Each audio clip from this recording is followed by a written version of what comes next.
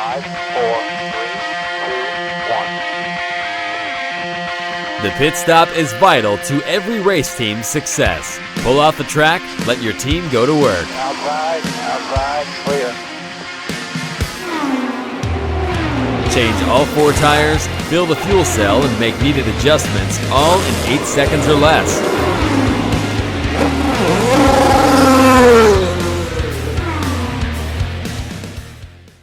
Hey, good morning, good afternoon, good evening, whatever time you're watching the program, wherever in the world you're watching the program, welcome to The Pits Are Open.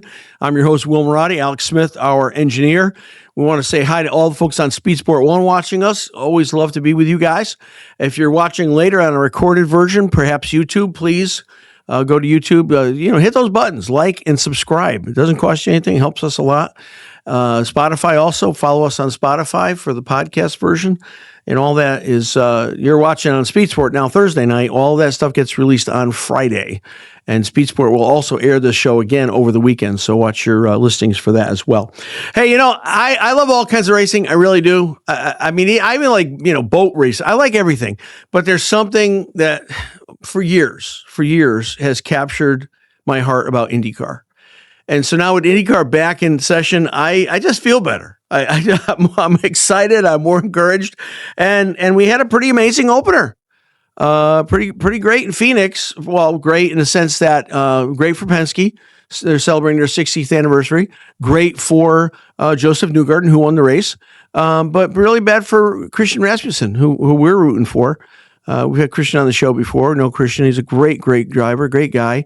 And he was a class of the field. He was tearing it up, literally tearing it up. And had an altercation with one of our other favorite drivers, Will Power. I feel so bad for Will Power in this. But it knocked Christian out, and the car was not able to be driven. And I mean, he drove it, but it was like a golf cart with a broken wheel. Just wasn't good. So anyway, so that's happened. And now we're going to Arlington, the big Texas race. But I was so shocked today. I went home to feed the beagles as we were recording this, and there was a press conference on, and I said to myself, that looks like an IndyCar sitting there. Well, son of a gun. It was a press conference from our nation capital, and they're talking about, yes, they revealed the track layout for the 2026 Freedom 250 being held in August in our nation's capital, first time ever. Alex, do you have that? You have that layout? This is the layout that they shared with us. Pretty exciting. Turn 1, you go down Pennsylvania Avenue. And it's a very simplistic course, but again, a lot of street courses are 1.66 miles, 7 turns, and it's free. They're not charging for this. This is a free event. Anybody can go. I mean, this is a way to celebrate our nation 250th anniversary. It's a way to celebrate IndyCar. It's where IndyCar belongs, elevated at the highest level of American motorsports. That's what I believe. And it used to be that way. It used to be that way years ago, and hopefully we get back to that. And I think Fox is doing a great job. And I had a laugh. I'm not gonna belabor this. I had a laugh to all the naysayers, like, oh, we'll never get it done in time. Oh, it can't be happening. Well, it is gonna happen. It is gonna happen. And the difference is, for those of you who questioned all of this, the difference is you've never had a race before that has behind it the full resources of the United States government. When you have those kind of resources behind you, anything is possible. And so I hope to go down there. Alex, you should go with me. We should go down to Washington, D.C., August 23rd, 21st, 22nd, 23rd. And then I have another question, because this came up. The other question is, I've always said, why can't they have an IndyCar race at Lime Rock Park, which I consider my home track? Lime Rock Park. Why is that? Well, I'm looking and going, it's at 1.66 miles for the street course. Lime Rock's 1.5 miles. And guess what? Lime Rock is an FIA level 2 track. Most of the street courses that IndyCar races on, NASCAR, at best, they're level 2 FIA certified courses. So why not bring a race to the northeast, the real northeast? We're not talking Washington, D.C. We're not talking Pennsylvania. I'm talking the northeast. Why don't we bring it to one of America's most beautiful, historic, iconic tracks, Lime Rock Park? I'd love to see it happen. All right. Hey, we've got a driver coming on in just a moment. I want to tell you real quickly again, we are getting ready to launch our app. It's called the SVS app. What's SVS? SVS Insiders, Speedway Venture Studio. This is a program that we're working on. It's a model that we believe, we're confident will not just help us, but will help drivers, teams be more sustainable financially, more viable financially. And we're going to talk more about it in the weeks to come. We're excited about it. I'm releasing articles weekly on LinkedIn about what's going on with this. My most recent article is entitled "Stop Renting Your Audience and Start Owning It."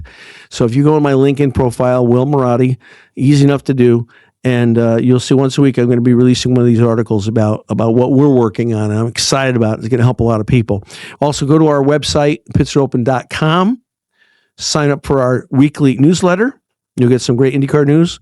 You'll also get a preview of the upcoming episode for the Pits Are Open. Joining us now is a very accomplished driver.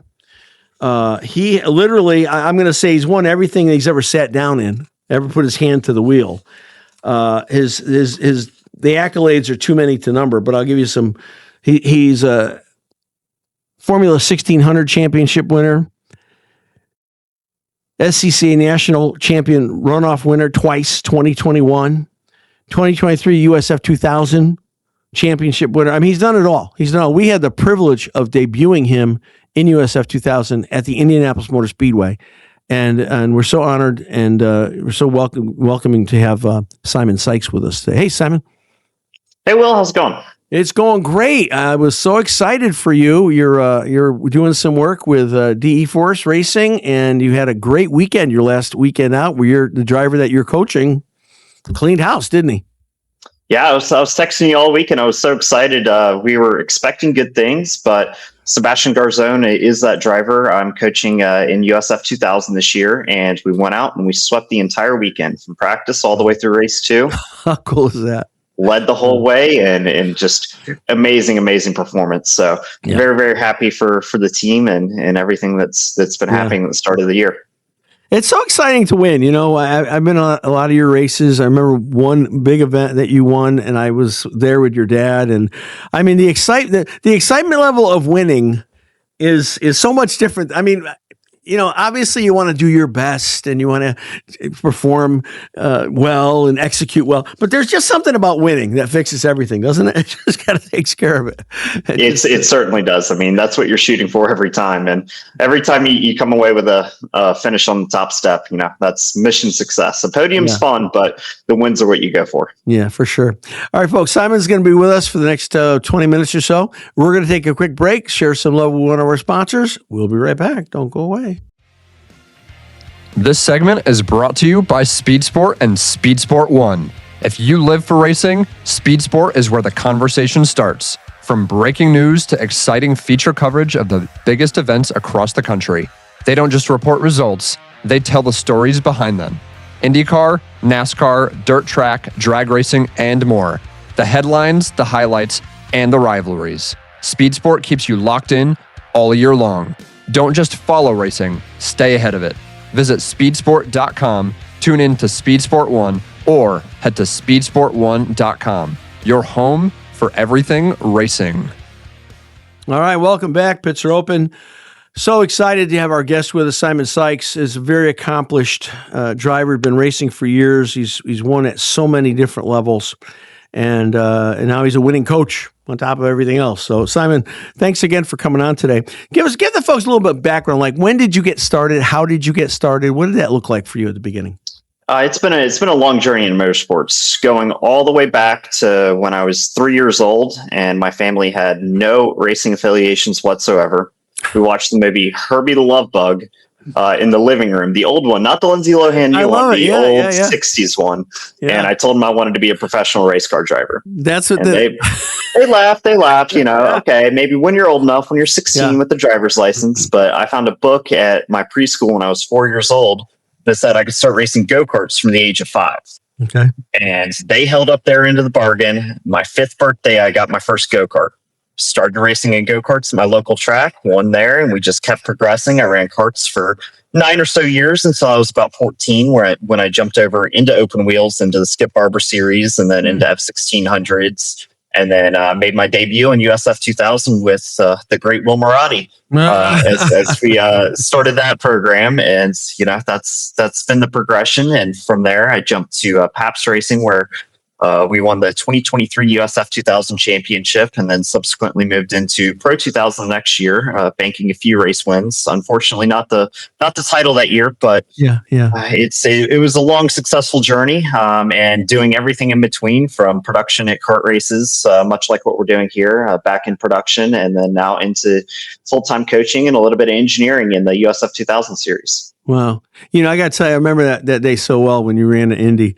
It was for me, an extremely proud moment that we were able to do that. And the only thing I can compare it to is our first 500 run when we were co-entrant in 2016 and had my family name on the pit wall. I mean, that was craziness, but it was a different thing. I felt the level of pride and happiness for you was probably greater than it was for myself back in 2016. So I'll never forget that. It was such a wonderful time. So you find yourself now in a coaching position. Talk to us about that a little bit. So midway through last year, I had done one event earlier in the year with Sarah Fisher in 2000s, just trying to help sort the car out, get the program back where it needed to be. And in the meantime, DEForce was reaching out, asking if I was open to coach. And I said, currently that weekend I couldn't. I was racing against them, actually. Right. But then the following weekends I said, sure, I'm open. They brought me out. I started coaching midway through last year with DEForce. And then they brought me on full-time in September. So I'm full-time with DEForce, learning a lot of the engineering side and doing coaching for all of our drivers in juniors and USF 2000. Yeah. And just trying to see what we can do with the team. I know there's a lot of potential there, and we're already starting to reap the benefits of our success early in the year. And I think all those things will benefit you. I think there's certainly the engineering side. I'll never forget working with Oriel Servia in 2016. Oriel was by education an engineer. He had the ability to communicate things to the team that other drivers couldn't do, because he understood it. He understood the dynamics of the car, the suspension, the turn. I mean, it was something to watch and say to myself, man, if I could ever have a driver with that kind of engineering background, it's wonderful, because they are able to say the engineering is going to help you. I think the coaching is going to help you too. I think coaching is so important. You reinforce what you know by teaching it to other people. Certainly. I think the great adage is, if you can't explain it to a 5-year-old, do you really know it? So being able to, not only go out and perform on the track, but being able to analyze after, understand, where those little bits are. I mean, we even go back through my old onboards and I'll say, okay, that was terrible. I could have done this better. I could have done that better. So it's about building that mental process and being more equipped. So I've been, testing the car all winter, so I'm still staying behind the wheel. And just trying to, put myself in the best possible position, learning this side of the organization within racing, just trying to equip myself with all the tools necessary so that, I can have a long, successful career in this motorsport industry. Yeah. And I think people who know you and are familiar with your career would say that you're one of the certainly top developing American drivers in the U.S. for open wheel. You're very adaptable. You're easy to work with. You know what's going on with the car. You're able to read those kinds of things. But it's kind of like what we're working on now. We want to be able to develop something, that will help younger drivers, newer drivers, smaller teams, newer teams, because it's never an issue of desire. Everybody I know in the sport has desire. Everybody I know in the sport has passion. A lot of drivers like yourself, you have enormous talent. So those aren't sometimes those aren't the things that are missing. Work ethic, great work ethic you have, but it's really become a capital sport, and to a degree it always has. I mean, it's not like baseball or football where you're really great at it and you just go and play for somebody, because it does cost a lot of money to race. It's a very capital intensive sport. We know that, but it's gotten to a point now where it's almost at times not even a matter of how good you are, as much as it is how much money, how much sponsorship you bring to the table. And I think that's really what's so disappointing, because tell me if I'm wrong, Simon, but I think there's lots of folks like you out there now drivers that are talented, can get it done, or have gotten it done, have a track record, are good, solid folks, and yet they're on the sidelines. Do you know anybody else like that as a driver?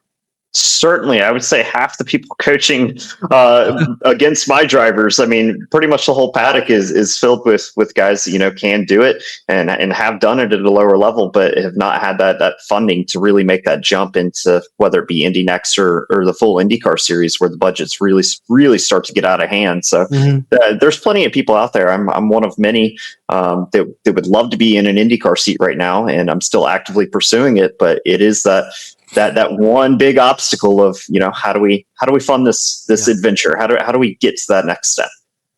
When you know this business, you've been in it long enough. How much do you think a typical driver or a typical type team? How much do you think they're counting on sponsorship money? Is it 80% of their budget? Is it 100% of their budget? How much of that sponsorship money is funding what they do? Everything up until IndyCar, 100% driver funding. It's really not supported at all, if maybe just a little bit. And then you get to IndyCar, and even your rookie year, maybe even into your sophomore year, even if you are good, you're still, bringing funding to complete those seasons and really establish yourself to, hopefully get hired by one of the bigger organizations. A good success story is David Malukas.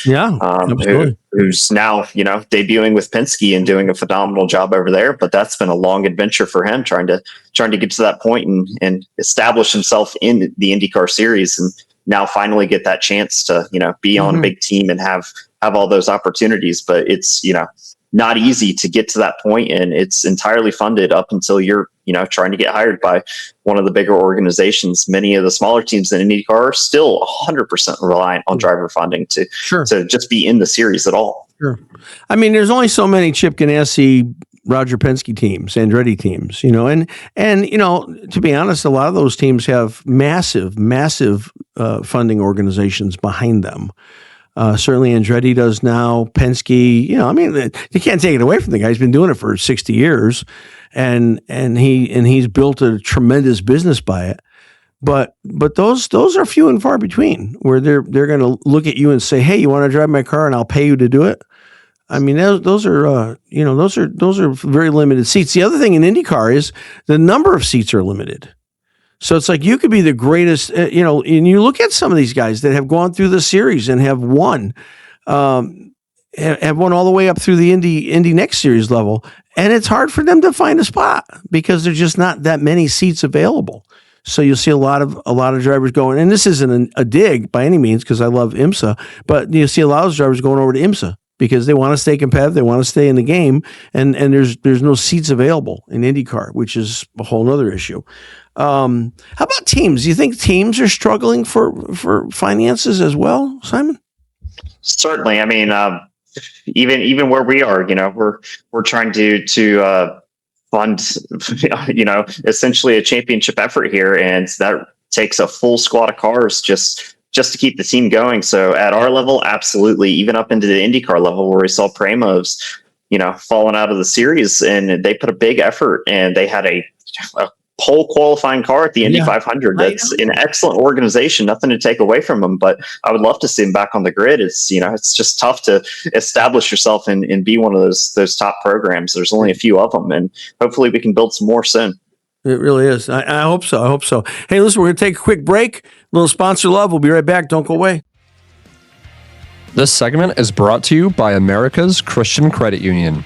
If you want your money working for you without stepping away from your values, this is worth a serious look. Right now, America's Christian Credit Union is offering a 12-month certificate at 4.5%.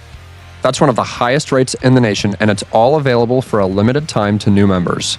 You can open with as little as $1,000, or you can invest up to $1 million.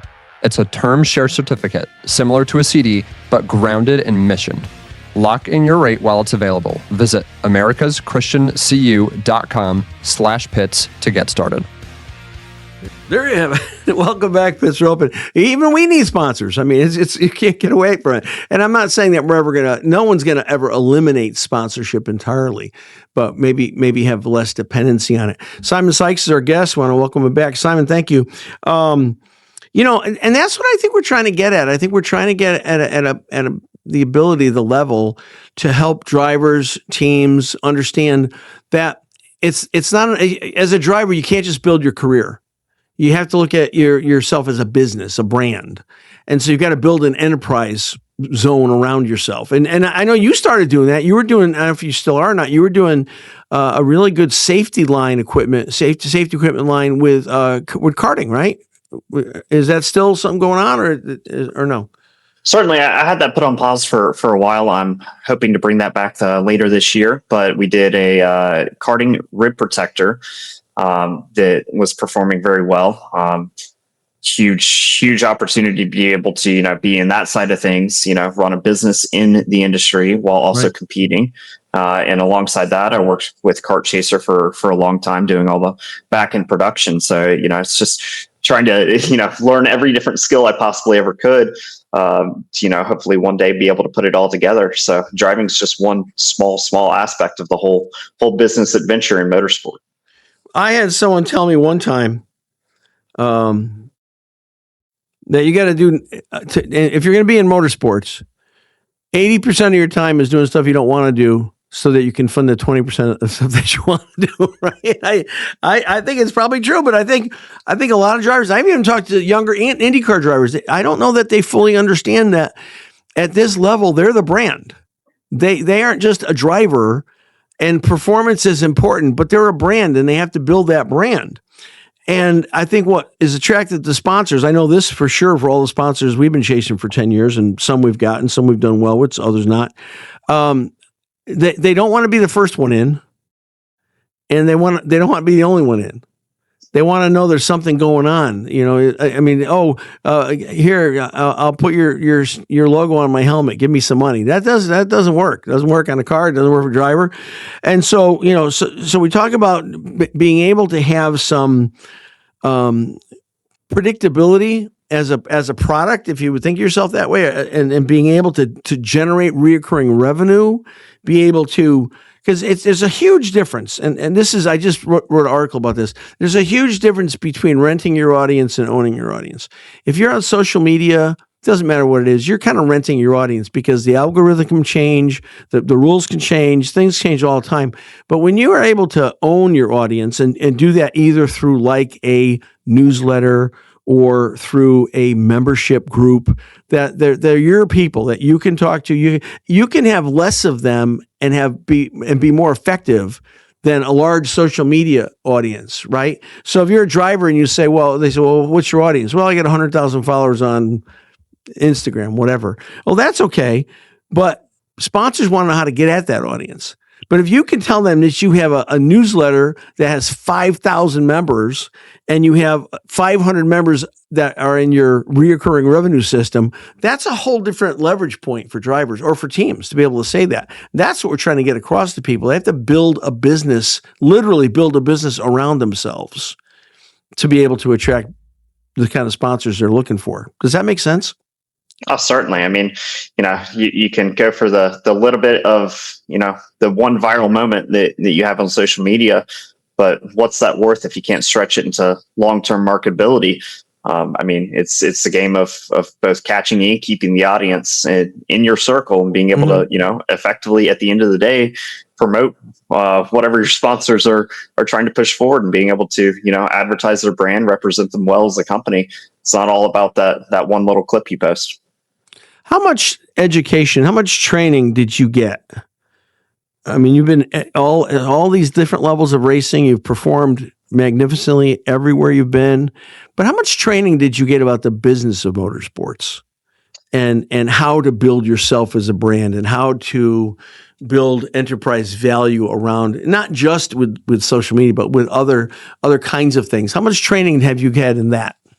So with USF Pro Championships, one nice thing is at the beginning of every year, we have spring training, the final test before you go racing. You do all your headshots and you have a bunch of meetings. And one part of that is they actually do a little seminar on that side of racing and how to farther accelerate that. This year, we had Mike Shank join us for a video call talking about all these things with all these young drivers. So that was great, but that's just one little piece of it, and that's all you get. So aside from that, you have to be very, very self-taught. Well, and to your point, it has to be ongoing. Seminars are great, but seminars have a short shelf life, And I love Mike Shank. I tell him all the time he's my hero. When I grow up, I want to be like Mike Shank. But that's one of the things that we're striving for. We want this to be an ongoing training process. It's not, there's an old saying, whoever's in the room gets to make the decision during the meeting. Well, a lot of times it's not only not being in the room, it's not even know how to get to the room, or not being in the conversations that would provide you the kind of knowledge and ability that you need to get at that stuff. And so that's what we're trying to build and produce. And when we launch our app, hopefully the end of this month, our SVS Insiders app, that'll be a place for builders to go, maybe a place for people who want to really build a business of motorsports around them and others. And we hope that people will sign up for that. So keep an eye out on your app store on Google and Apple. What's your next? If you could write the script for the next 3 years, Simon, what would you be doing? I would still maintain an involvement with the coaching scene. I love the guys that I'm working with, but all of that, to further the idea that I do want to be in an IndyCar. That is the end goal here. I would love to drive an IndyCar. I would love to compete in IndyCar. So building the game plan of, what's the 2-year process to get there? Okay, Indy next, got to do that. First of all, just to get the licensing to get to IndyCar, but building a program to get there, train the experience, the high-speed ovals, the super speedways, building that last little bit of experience before, hopefully making the jump within a 3-year process into a full-fledged IndyCar. Yeah. How much time do you spend, probably last question, we're almost out of time. How much time do you spend on sims? Way too much, honestly. If you ask a lot of people, I should be doing other things a lot of the time, but entirely too much. I think it's hugely important. In fact, we're doing a sim day Wednesday with all my drivers, where we're just going to hop on there, train for the next event. But I think there's a huge upside potential in that, especially with everything being laser scanned and replicable. You being able to show up to the weekend and not work on the basic things, being able to go into the advanced stuff. Okay, we have our baseline. How do we improve upon that? Those last few hundreds, not trying to find a second when you show up to the track and you have limited time. And how much time, let's say you're going to a track for the first time, racing, whatever, Indy Next. You're in Indy Next, you're going to a track you never driven to before. How much time would you have to spend on a simulator to get at least a good, solid feel, a confidence level of turns and apexes and coming out of corner? How much time would you think you'd have to spend on a sim to get that on a new track? Well, it's funny you bring that up because the Indy Next had a Pro Series qualifier I competed heavily in over the winter, where it was everybody, that's really, really good on iRacing running against each other in Indy Next cars. And, 15 minutes, I could get a grasp. I know what I'm doing. I'm within, a couple of tenths. Really? But then I'd spend another, 6 hours of just, okay, let's dial this in. I'm missing 100th here, 100th there. Let's get the fine-tuned points out. So give me 15 minutes. I'll be up to speed. Give me a few hours and like you don't have in real life where you can just sit there and grind it out. I'm going to spend as much time as I'm given to make the most of it. Wow. That's impressive. Hey, listen, I'm so grateful that you came on. Tell your dad I said hi and just keep pressing. You're going to do it. You're going to get in the car. You're going to get an Indy car. I know that about you. I know it's going to happen. I hope to be a part of it. It's going to happen. So just stay in there. Keep what you're doing. You're doing a great job. And thank you so much for being my guest today. I really appreciate it.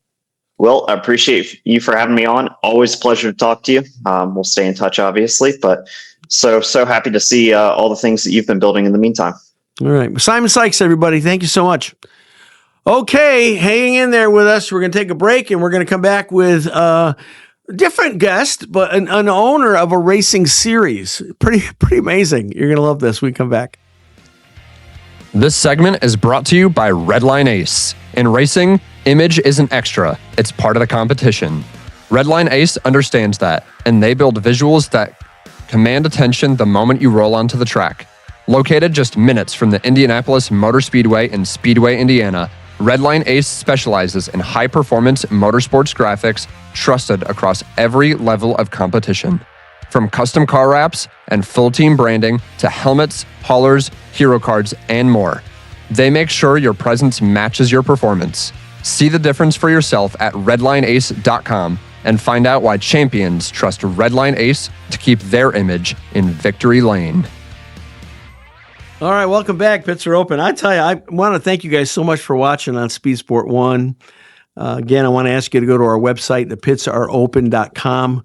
Sign up for our newsletter. It goes out weekly. We don't bombard you with stuff. You're going to get it once, and we're going to ask you to enjoy it. There's a lot of good racing news in there. Also, we'll have a lot more information. That will be initially how we're going to release information about Speedway Venture Studio and the app that's going to be coming out, SVS app, SVS Insiders. We're going to use the newsletter to be the primary vehicle for that. So we hope that you'll tune in to that. And then again, if you're watching as a recorded piece on YouTube, please like and subscribe. So important for us.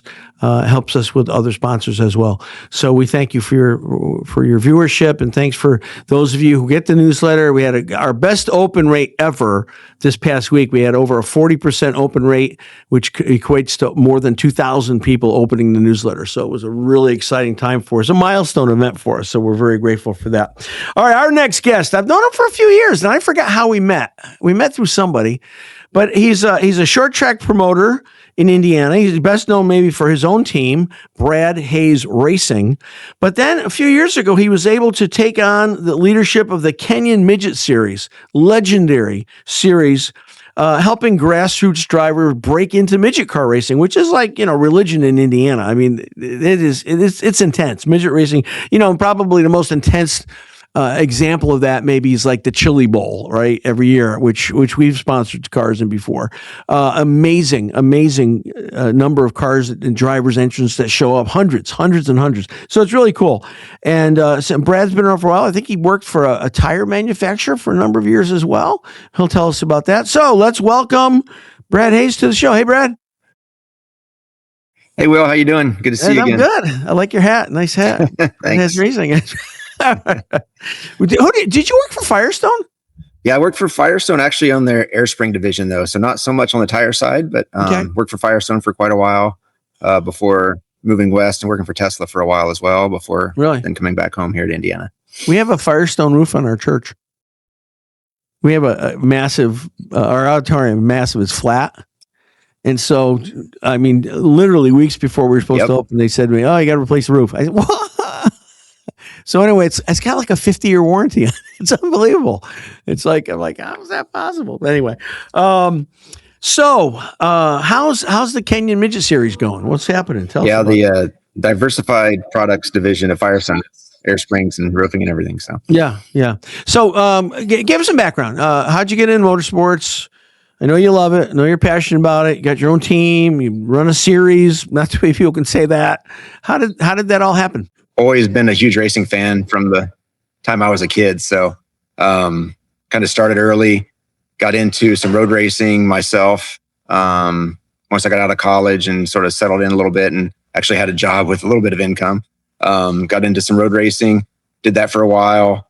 After, long story short, out to California, back to Indiana, got back home here in 2019 or so, really got back into the circle track scene.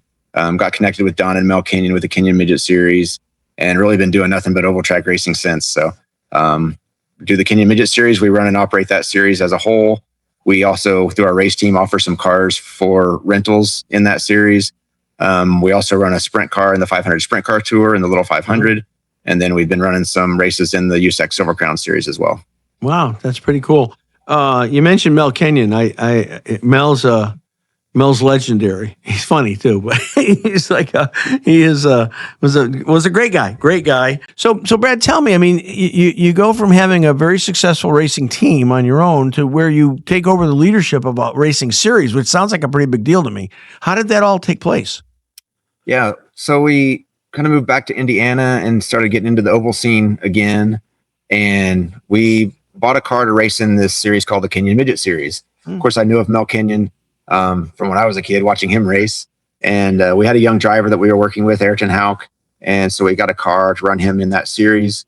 And there were great things and there were some challenges with that series. It was a really great package. It was an affordable place to race. The rules were nice that it kept the competition close. Went to some cool tracks. close competition, but the series just wasn't getting much exposure. So the car counts had kind of dwindled over the years.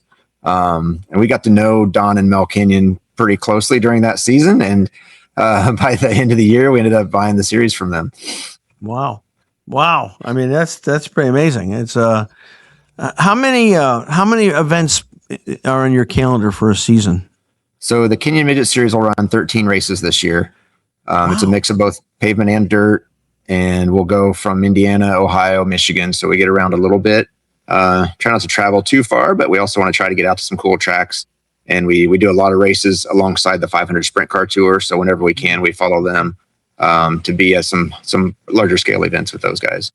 So you're the series operator. Are you also the series promoter? Yeah, kind of me and my wife basically are the main people behind the series. So we do it all. You see them all. When we get to the tracks, obviously we have a lot of help. So there's there's always people behind the scenes that are helping. We have a race director that comes in and helps us. We have a couple guys that help us around the pits and with tech. So that's all super helpful when it comes time for the races to come. But during the season, getting things put together and getting ready for the races, it's myself, my wife Nan, and then we have support, like I said, from the 500 Sprint Car Tour. So we lean on those guys quite a bit as well. How many typically in a season? How many competitors do you have? We'll average about. I think last year we averaged 17 cars per race. We've got a lot of people coming in this year. I think we're going to be closer. I've had in my mind we want to get to 20 cars. We have not had a race with 20 cars the last few years, actually for several years with this series. So I'm pretty confident we're going to see 20 cars this year, at least at some races. And hopefully we're approaching that on an average basis as well. I mean, that's really healthy. I think 20 cars is super. Yeah, it's really grown. I mean, I think the first year we took it over, we were at about 13, which is actually up quite a bit from the season before that. And just kind of every year we've kind of creeped up a little bit more. So it's gaining some attention from a lot of young drivers coming in, but also some older drivers that just want to have a nice, affordable place to go race. So I think we can offer something for a little bit of something for everybody. Yeah. So give me an idea, if you can. I don't know if this is breaking confidentiality or something, just tell me. But I'm asking you for my own purposes. Give me a ballpark. What am I going to spend if I'm going to do a full season with one car for you? I mean, there's a couple of ways to do it. Like we offer rental cars through our race team. If you do that, you're going to spend. If you run the full season, you're probably looking at $25,000, something in that range. Wow, that's good. So it's still pretty affordable. Yeah. If you have your own car, it's going to be less than that because you're not paying for us to basically maintain and prep the car and get the car to the track and wear and tear and all that kind of stuff. You're kind of doing that on your own. Okay. So it can be less than that. Used cars will typically sell for around $10,000, with the engine and everything. So we've got a lot of father-son teams that they'll buy a used car that may be moving up out of karting or quarter midgets and then go race, pretty cheap. A lot of times it's cheaper than what they were doing in go-karts or quarter midgets even. Yeah. I mean, I forgot to ask our first guest today, Simon Sikes. Okay. Yeah. Simon said to me a month or two ago, we were talking about this and he said now in karting, if you're on the top echelon of karting, you're going to spend $100,000 a year. Yeah. I'm like, for karting? What? It's pretty crazy. So we do a lot. We try to keep the rules in check. There's, we don't allow carbon fiber. We don't allow titanium hardware. We have a tire limit rule, so you can only run so many tires throughout the season. We got a really nice deal with Hoosier Tire as well. They've given us a little break on the pricing for our series tires, so that helps. All those things we try to do to keep the running costs in check as much as we can. Yeah. Hey, Brad, I'm going to ask you to hold on for just a moment. We're going to take our last break, show a little sponsor love here, and we'll be right back. Don't go away. We got a lot more to talk about. We'll be right back.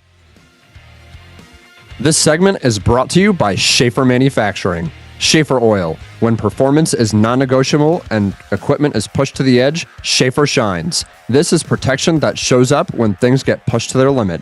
Their advanced lubrication technology reduces friction, runs cleaner, lasts longer, and it helps prevent the kind of breakdowns that cost time, money, and momentum. That's why professionals in trucking, farming, and racing trust Schaefer. No gimmicks, no shortcuts, just performance that holds up. Learn more at SchaeferOil.com. All right, welcome back. Pits are open. Brad Hayes, our guest. Brad Hayes Racing, also the operator of the Kenyon Midget Series. Hey, Brad, welcome back. Tell me, like, in terms of specifications and rules, do you follow, like, I mean, USAC has a National Midget Series we participate in. Are your cars able to are they in that same kind of category regulation specification? Is it Similar. different? How does that work? Similar. Our biggest difference is on the engine side. We run a motorcycle engine that is sealed, all from one engine builder. Yeah, that's our biggest way to keep the cost down. You know, a national midget engine you can spend $50,000, $60,000, $70,000 on. One of our midget engines for the Kenyon Midget Series, I've got a fresh one here at the shop that somebody was asking me about the other day. That's about a $5,000 engine. So wow, and they'll run a couple of seasons, no problem, if you don't do anything stupid to them. So, but as far as like the other rules go, the dimensions of our cars are the same as a USAC midget. Yep. Mm-hmm. A lot of the components are the same, so we can take care of. We can take advantage of those sort of scale economies that they have. There's a ton of midgets out there. Spindles and axle parts and, just general hardware, rear ends, all that kind of stuff is very similar for engines for midgets across the board. So that helps us keep some costs down as well and makes parts available for a lot of people. So if I did a couple of seasons in the Kenyon Series, it would not be difficult for me to step over to USAC Midget and race there? Sure. Yeah. I mean, USAC midgets or sprint cars, or on the pavement side, the 500 sprint car tour, we've had one of our drivers, Jackson Masinko, stepped out of a Kenyon Midget straight into a 410 sprint car on the 500 sprint car tour a couple of years ago, and won Rookie of the Year in that series and is doing really well. Another driver that's run the Kenyon Midget Series in the past is Trey Osborne. He jumped up to 410 sprint cars on the dirt side, recently won a USAC race down in Florida. So yeah, there's a lot of guys that are either moving up the chain, whether it's on dirt or on pavement. Kenyon Midget Series has been a really good training ground for young drivers coming up. So, we're trying to develop a model. We're not trying. We're building a model right now to be able to help young drivers, small teams, to realize that they have to develop their own business. They have to develop an enterprise zone. And I would think coming into it would be a great time to learn that, because I think drivers are, they care about podiums, they care about finishing, but they don't necessarily think of it as a business. And they're the brand. The drivers are the brand. They're the ones that are getting it out there. And we talked with Simon about how difficult funding is as you start moving up the ladder. It's just every step is harder and harder and harder. And a lot of drivers will plateau. They'll get to a certain point and they can't go any farther because they don't have generational wealth, or they don't have somebody behind them that's wealthy, or they don't have, 25 car dealerships behind them, So what would you say to young drivers as they're coming in? Is that they don't really get a lot of training in terms of the business of racing? What would you say to drivers about that? That's true. That's something we're trying to sort of bridge that gap a little bit. Just this past week, we had a media day alongside the 500 sprint car tour. So you've got, nationally known guys like Cody Swanson and, Dakota Armstrong, Bobby Santos, Tyler Rohrig. Those guys were all there, but all the Kenyon Midget drivers were there as well. Well, not all of them, but all of them that could attend. Yeah. And they're going through the same process. We do professional headshots with them. We have several media outlets there doing interviews. We'll be posting some interviews that were done by Mark News. Those will go up on our YouTube here over the next week or so. So yeah, it's a good chance for those drivers to start seeing what it takes besides just being at the racetrack, right? There's a lot that goes into this, especially for the guys that want to make a career of it someday. Sure. So that was a really great opportunity for them. We try to help them out any way we can. We try to set good examples with our team as well. Mm-hmm. We've kind of showed that progression with our driver, Jackson Masinko, who moved up from the midgets to the sprint cars. Showing them, what it takes to do that, and how you go out and find the sponsors, you go out and find the people that can back you to make it possible. So walk me through a typical day, evening on the schedule. You go to Anderson, you go to somewhere, and are you running multiple heats for your series? How does the day evening progress? Yeah, a typical race day at Anderson Speedway, for example, pits will open at 2 or 3 o'clock.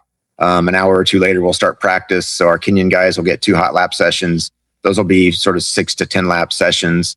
So they'll get some laps in twice, and then they'll get lined up for single car qualifying. So they'll go out and do a qualifying run by themselves, 2 laps. Under the gun, they got to get up to speed right away. It's a good way for them to learn that experience as well. Then we'll line them up for heat races. So we'll split typically with our fields. If we have 16, 18, 20 cars, we'll split them up into 2 heat races. So however many we have, we'll just split in half. They'll each run a heat race. And then from that, we'll set up the grid for the feature. And then a typical Anderson feature is 30 laps. We do run one race there at the end of the year. That's a 75 lap feature to give them some extra lap time and get a feeling for a longer race. But that's a typical race night, is a couple practice sessions, a qualifying session, heat races, and a feature. Yeah. I think, $25,000. I mean, that's like the best deal around. I mean, I'm surprised that you can even do it at that level. Do you think drivers would be open to younger drivers, your kind of drivers? Do you think they'd be open to, like an ongoing continuous education program about the business? Not just a media day or not, which is fine. I'm not saying detracting from that at all. I'm just saying, but it seems like a lot of times they don't have that kind of guidance. They don't have the discussions that lead to the kinds of things that they need to know to be able to court sponsors and be able to court larger dollar amounts. Do you think younger drivers would be open to that, or are they just too caught up in their career and stats and podiums? No, I think absolutely. I mean, there's some of them that just want to go race, right? They don't really think about that. But there's others that really they want to do this as a career down the road. They want to keep racing, and they know that they have to do those things. So I'd say it's probably 50-50 in our group. Some of them are just there to race, and this may be where they stay, right?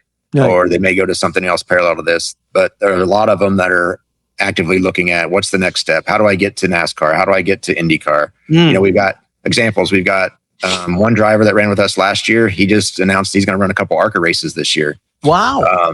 We've got another driver that you might be interested in that's coming in to run with us this year is Danny O'Gara. That's Sarah Fisher's son. Yes. So Danny's going to run in the Kenyon Midget Series once he's old enough. He actually doesn't turn 12 until June, which is our age limit. So he'll start running in the midget at 12. But there's drivers like that are obviously on a path and want to make a career out of this. Yeah. Wow, that's so cool. So it's exciting to see them come through our series and see where they can go from there. We've had Ayrton Hauk, who's run USF 2000. He's got a great family. Now, the whole Hauk family is outstanding. I love his dad, Kevin. I love all of them, but I mean, it's just a great, solid family. It's really wonderful. Yeah. So it's cool to see a lot of the young drivers that are branching out and doing other things and using us as a stepping stone, which is what we really want to be. Well, Brad, we're just about out of time here. Thank you so much. I'd like to get you offline and pick your brain on our program, see what you think about it. No, I'd like to hear more about it. I hope I can get out the list couple of races this year. I really would love to see it. And thanks for coming on. I really appreciate you and appreciate what you're doing, helping young drivers. And thank you so much. All right. Thanks, Will. Appreciate what you're doing as well. Thanks for having me on. See you soon. Thanks. Hey, that's a wrap for us, guys. Don't forget, go to our website, pitsareopen.com. Please sign up for our weekly newsletter, The Pits Are Open, oddly enough. And we'll give you some good racing news and previews of upcoming episodes and some help. It's also going to be our main portal for releasing our app, the SVS Insiders app. We hope will be done by the end of March. And then our larger program, Speedway Venture Studio. So, Alex, thank you so much. Great job today. Simon Sikes, thank you. Brad Hayes, thank you. Love you guys. Thanks for tuning in to Speed Sport 1. We'll see you next week.